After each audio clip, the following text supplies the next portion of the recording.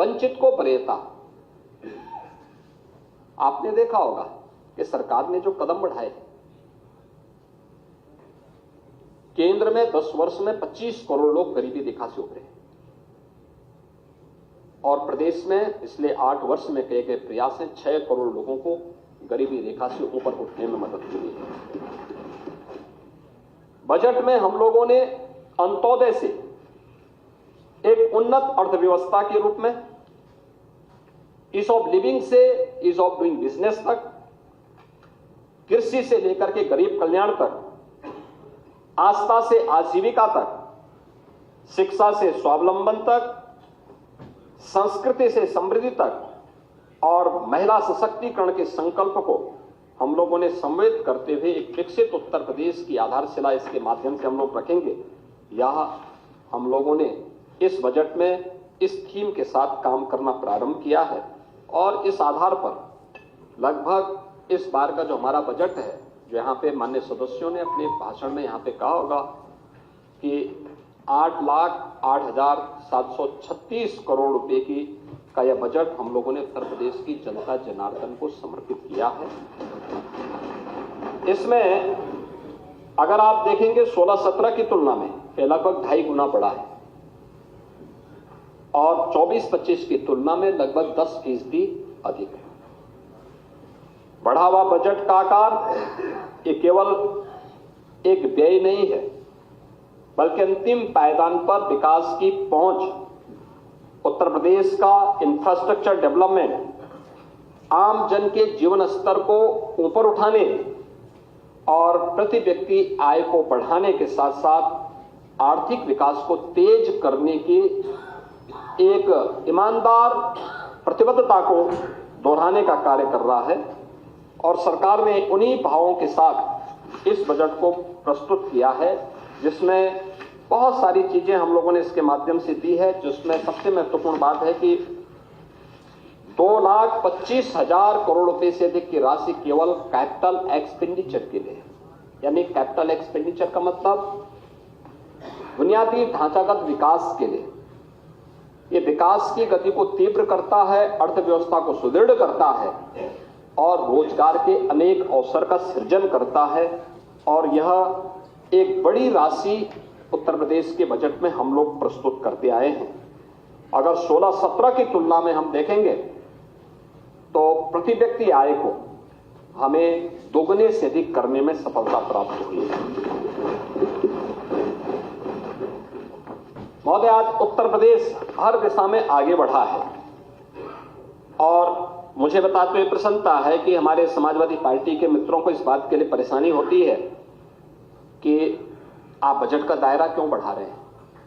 देखिए, बजट के दायरे को ही नहीं बढ़ाया जाता है, बल्कि अपने घाटे को भी नियंत्रित किया जाता है और राजकोषीय अनुशासन का, वित्तीय अनुशासन का सबसे अच्छा उदाहरण माना जाता है, जिसके लिए रिजर्व बैंक ने भी एक लिमिट तय की हुई है कि आप इससे ज्यादा जो आपका कुल जीएसडीपी होगा उससे आप कितना पैसा उधार लोन दे सकते हैं, वो लिमिट तय है। और सरकार का जो यह जीएसडीपी का जो हमारा राजकोषीय घाटा है 3% से कम है, 3% यानी 2.97% है, जिसको हम कांस्टेंट रूप से आगे बढ़ा रहे हैं, जबकि हम बजट का दायरा बढ़ा रहे हैं। और यह तब है कि जब पिछले 8 वर्ष में सरकार ने कोई नया टैक्स उत्तर प्रदेश की जनता जनार्दन पे नहीं लगाया, बल्कि डीजल और पेट्रोल पर जो पहले से वैट था उसको कम किया है। बिना टैक्स बढ़ाए बजट का दायरा बढ़ा देना, बिना टैक्स लगाए इंफ्रास्ट्रक्चर के नए युग में प्रदेशवासियों को पहुंचा देना, यह अपने आप में सरकार की प्रतिबद्धता को दिखाता है, पॉलिटिकल विल पावर को दिखाता है। सरकार ने वो दिखाने का प्रयास किया कि हां, हम भ्रष्टाचार पर प्रहार करेंगे, लीकेजेज को रोकेंगे और लीकेजेज को रोकने का परिणाम है कि आज हम बजट के दायरे को बढ़ाने में भी सफल हुए हैं। विकास के लिए पैसा दिया है, लोक कल्याण के लिए पैसा दिया है और हर एक विभाग की आवश्यकताओं की पूर्ति करते हुए सरकार ने इन कार्यक्रमों को आगे बढ़ाने का काम किया है। मार्च तक खर्च नहीं हो पा रहा है। अरे लाल बिहारी जी, आ रहा हूँ, जबरदस्ती लिखवा रहे अच्छा हैं बात अपना आपने नाम। कही है, तो अच्छा टोकने वालों को जब अपना नाम क्यों लिखवाते हैं? आपका बजट था 3 लाख करोड़ था, तो आपका जो खर्चा होता था वह भी 60 से 65% तक ही मात्र खर्च हो पाता था। आप उसको पीएलए में डालते थे जिससे अगले बार फिर उसमें लूट हो सके। हमने पीएलए की स्कीम बंद करवाई, हमने कहा ये वापस राजकोष में जाएगा। और याद रखना, आज बजट का दायरा 8 लाख करोड़ से ऊपर का पहुंच चुका है और ये खर्चा 31 मार्च तक ये खर्चा हो जाएगा। आप ये मान के चलिए कि यह जो खर्चा होगा ये 75 से लेके 80% और कभी कभी 90% तक ये खर्चा होता है। नहीं, वापस नहीं होता है, फिर उसकी एसएनडी पहले से तैयार रहती है, उस पैसे को उनको वापस किया जाता है। विकास के लिए पैसे की कमी आज के दिन पे नहीं है। आपके समय में नहीं होता था कि 100 करोड़ का कोई मार्ग सैंक्शन कर लो और 1 रुपया देते थे। आप मुझे बताओ, हैं इन्हीं के नाम पे। यानी हमें 17 में आने के समय आते, जब हम लोग आए थे तो पहले वर्ष हजारों करोड़ रुपए आपकी सरकार के पाप को भरने पे ही हमें खर्च करना पड़ा था, एक एक रुपया। आप मुझे बताओ, 1 रुपया, और 1 रुपये में इनका गिट्टी बालू वहां गिर गया था ठेका हथियाने के लिए। यानी ये लोग मजाक बना रहे थे उत्तर प्रदेश को, लेकिन आज ऐसा नहीं हो सकता।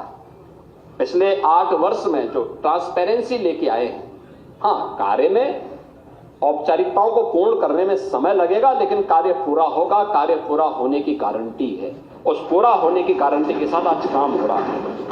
महोदय, नीति आयोग ने उत्तर प्रदेश को अपने राजकोषीय अनुशासन को बनाए रखने के लिए देश के अंदर अग्रणी राज्यों की श्रेणी में रखा है कि यह उत्तम उदाहरण है। देखिए, 25 करोड़ की आबादी है और रेवेन्यू सरप्लस स्टेट है। हमारे पास एक समय था, समाजवादी पार्टी की सरकार थी, कोई बैंक लोन देने को तैयार नहीं होता था, कोई निवेश करने को तैयार नहीं होता था। आज हम कोई प्रोजेक्ट तैयार करते हैं, एक लाइन लगती है बैंकों की, साहब बताइए हम पैसा देना चाहते हैं, हम पैसा देना चाहते हैं। परसेप्शन। एक समय आप था लाल बिहारी जी, अगर आप 17 के पहले देश के अंदर किसी होटल या किसी धर्मशाला में जाते उत्तर प्रदेश के नाम पर और आजमगढ़ के नाम पे, तो कभी कमरा ही नहीं मिल पाता। लेकिन आज ऐसा स्थिति नहीं। आज तो आप कहीं जाएंगे उत्तर प्रदेश के नाम पे, समाजवादी पार्टी का नाम मत बोलना, उत्तर प्रदेश के नागरिक हैं, हर व्यक्ति आपको सम्मान की निगाहों से देखेगा। ये परसेप्शन है। आपने कहां छोड़ा था, ये सरकार कहां लेके गई। पहले उत्तर प्रदेश का मानना सम्मान कहीं नहीं था। आप लोगों ने सम्मान डुबो दिया था। नहीं, उत्तर प्रदेश का यही कहना चाहते हैं, 17 के पहले लाल बिहारी उत्तर प्रदेश का कोई सम्मान नहीं था। मैं आपको बताऊं, पूरी बात सुन लीजिए, पूरी बात सुनिए, पूरी बात सुनिए, अरे पूरी बात। नहीं, ये सच्चाई है। आप सोचिए ना, मैं तो बोल रहा हूं, ये होता था नहीं। उत्तर प्रदेश का नौजवान कहीं अपनी पहचान नहीं बताता था, छुपाता था, लेकिन आज पहचान का संकट नहीं उसके पास।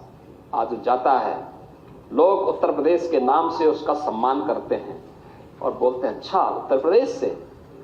सामने पहुंचने वाले का चेहरा खिलता है और ये है यूपी की नई पहचान।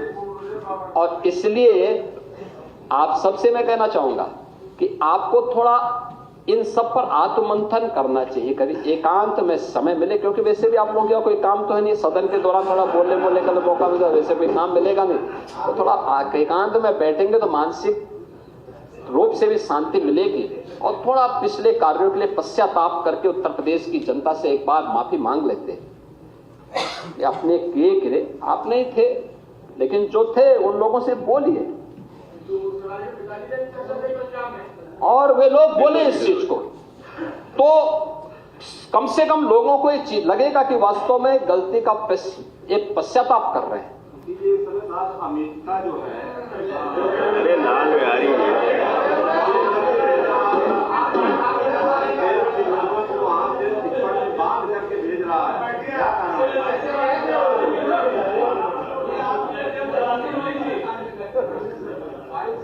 सभापति जी,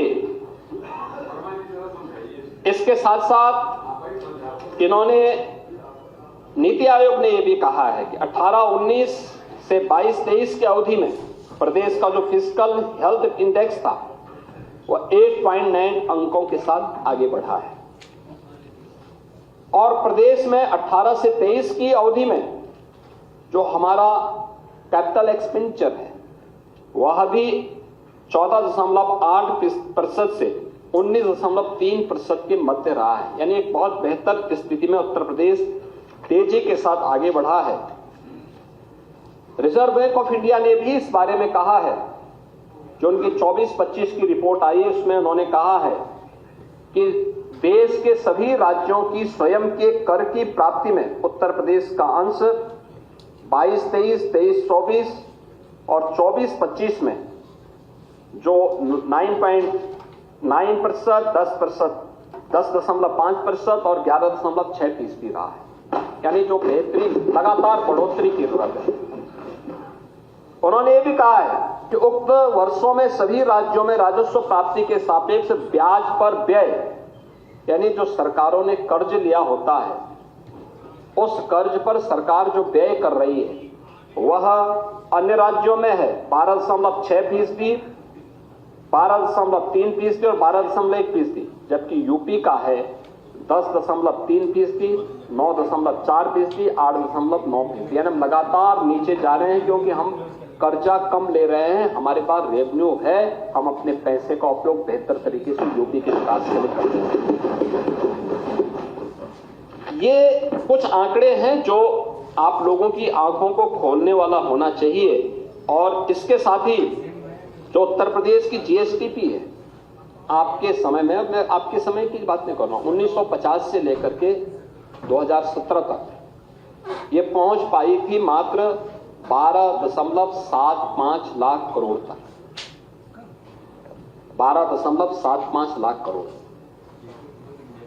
और 17 से लेकर के 25 के बीच में, 24 के बीच में, ये केवल 24-25 का हम आंकड़े दे रहे हैं, इस 31 मार्च तक के भी आंकड़े हम उसके साथ जोड़ लें तो 25 तक ही हम मान लेते हैं। ये जो आंकड़े हैं ये बताते हैं कि सरकार के प्रयास किस दिशा में आगे बढ़े हैं। अगर वही प्रयास आपने किए होते तो उत्तर प्रदेश देश का अग्रणी अर्थव्यवस्था होती, जो 12.75 करोड़ पिछले 70 वर्षों में था, मात्र 8 वर्ष में सरकार उसको 27.51 करोड़ तक पहुंचाई।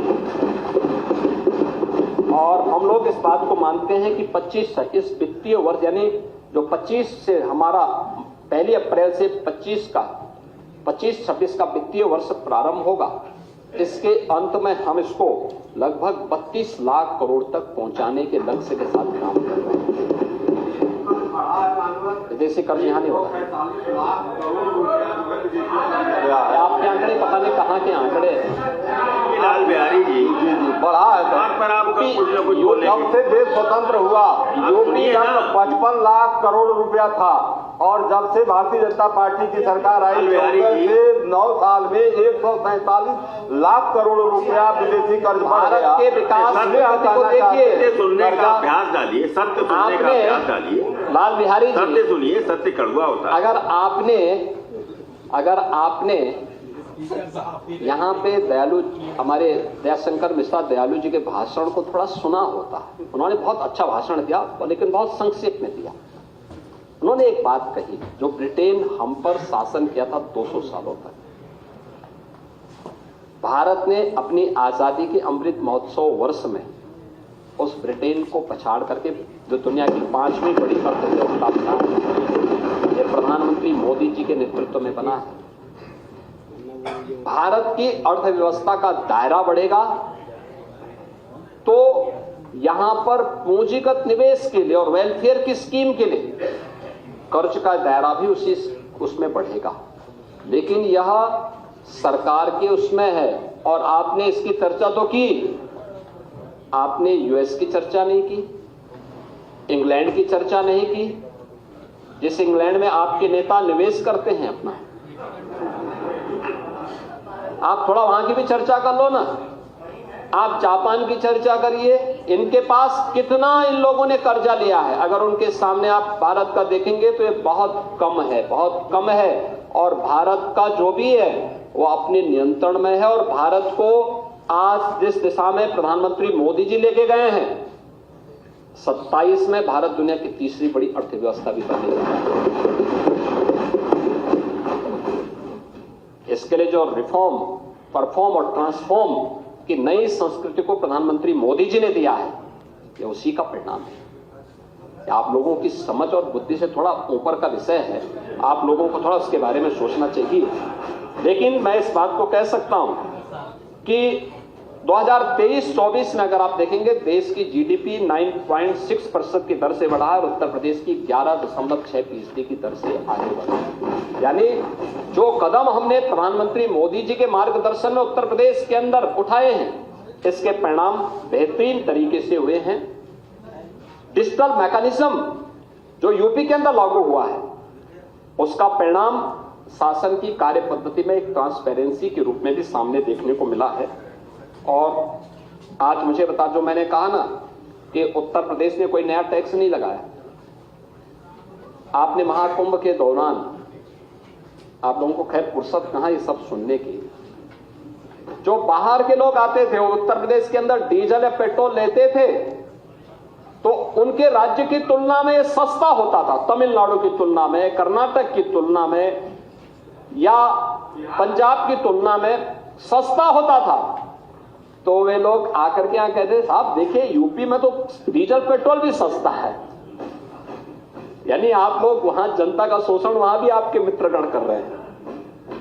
तो हम लोगों ने यहां भी डीजल पेट्रोल की दर देश में सबसे कम है और उस सबके बावजूद भी उत्तर प्रदेश तेजी के साथ आगे बढ़ रहा है। डिजिटल लेन देन, जो मैंने कहा ना, एक शासन की कार्य पद्धति में ट्रांसपेरेंसी को लाता है और इसका एक बेहतरीन उदाहरण बनकर के उत्तर प्रदेश उभरा है। 2017-18 में केवल 122.84 करोड़ का डिजिटल ट्रांजैक्शन हुआ था और अगर 24-25 के दौरान हम इसको देखेंगे तो यह है 1024.41 करोड़ का डिजिटल ट्रांजैक्शन, कई गुना बढ़ा है। और यूपी में डिजिटल लेन देन अपनाने में पूरे देश में नंबर 1 पर है और इसमें से आधे से अधिक तो केवल यूपीआई के माध्यम से ही हुए हैं। इसके लिए बैंक की शाखाएं खोली गई, 20,416 बैंक की शाखाएं हैं, 4,932 बैंक मित्र हैं, 18,000 से अधिक 18,747 एटीएम है, 4,40,000 से अधिक बैंकिंग केंद्र हैं जो वहां पर लोगों को सुविधाएं उपलब्ध करवा रहे हैं। डीबीटी के माध्यम से लाभार्थियों तक सीधे पैसा पहुंचाने में भी उत्तर प्रदेश नंबर 1 पर है।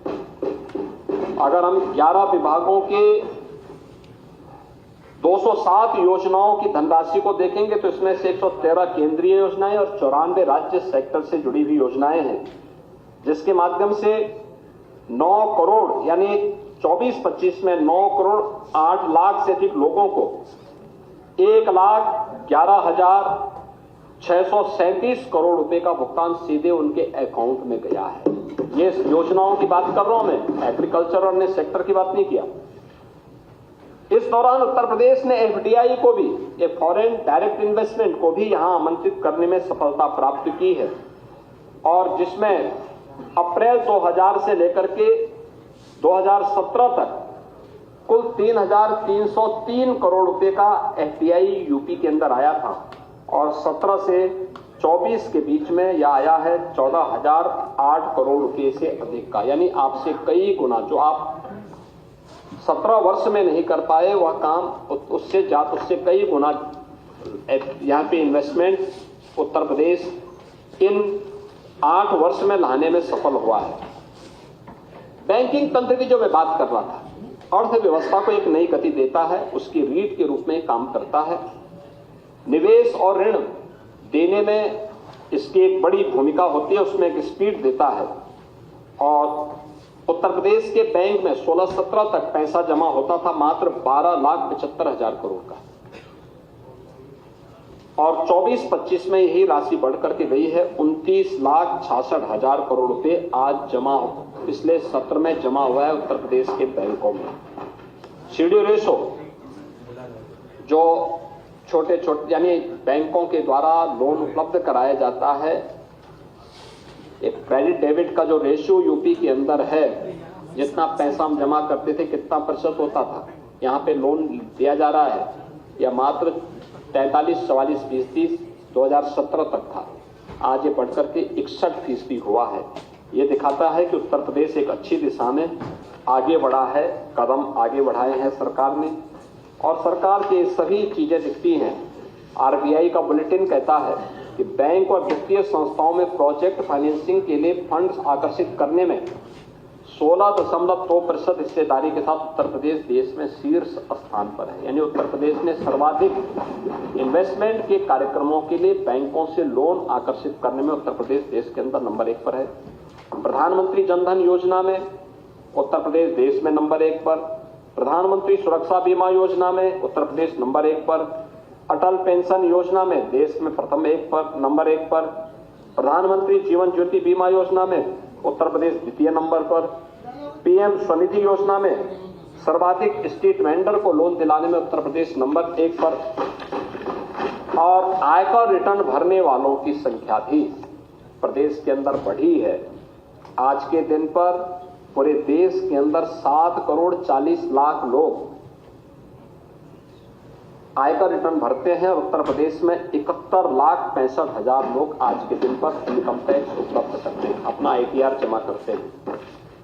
ऐसे ही प्रदेश के अंदर अन्य सेक्टर में भी काफी वृद्धि हुई है। और आपने रोजगार की बात की तो मैं आपको बताना चाहूंगा कि समाजवादी पार्टी के समय में प्रदेश का जो बेरोजगारी दर थी वह 17% थी, आज वह 3% है। इसका मतलब रोजगार का सृजन हुआ है और अनेक अवसर पर यह कार्यक्रम फैक्ट्री में आ रहा हूं, उसमें भी आ रहा हूं, आप चिंता मत करिए, आ रहा हूं। चलो मैं दोनों जगह का साहस रखिए, मैं दोनों जगह सुनने का साहस रखिए। देखिए आपका एक उदाहरण मैं और बताता हूं।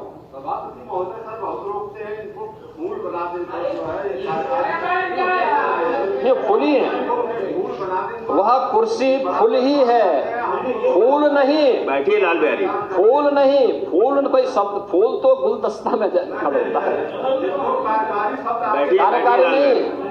यह शब्द कार्यकारी। लाल बिहारी, लाल बिहारी बैठिए, बैठिए लाल बिहारी। आप लाल बिहारी जी, आप लाल बिहारी जी, नहीं, आप लाल बिहारी जी, आप जो है लगता है कि अभी भी अपने तदर्थ पद से उभर नहीं पाए हैं। ये विसंगति आपके साथ लगता है जीवन भर चलनी है, और आपके कारण न जाने कितने तदर्थ शिक्षकों के साथ अन्याय हुआ है। और वित्त विहीन, आप हमेशा ही आपको वित्त विहीन ही रहना है।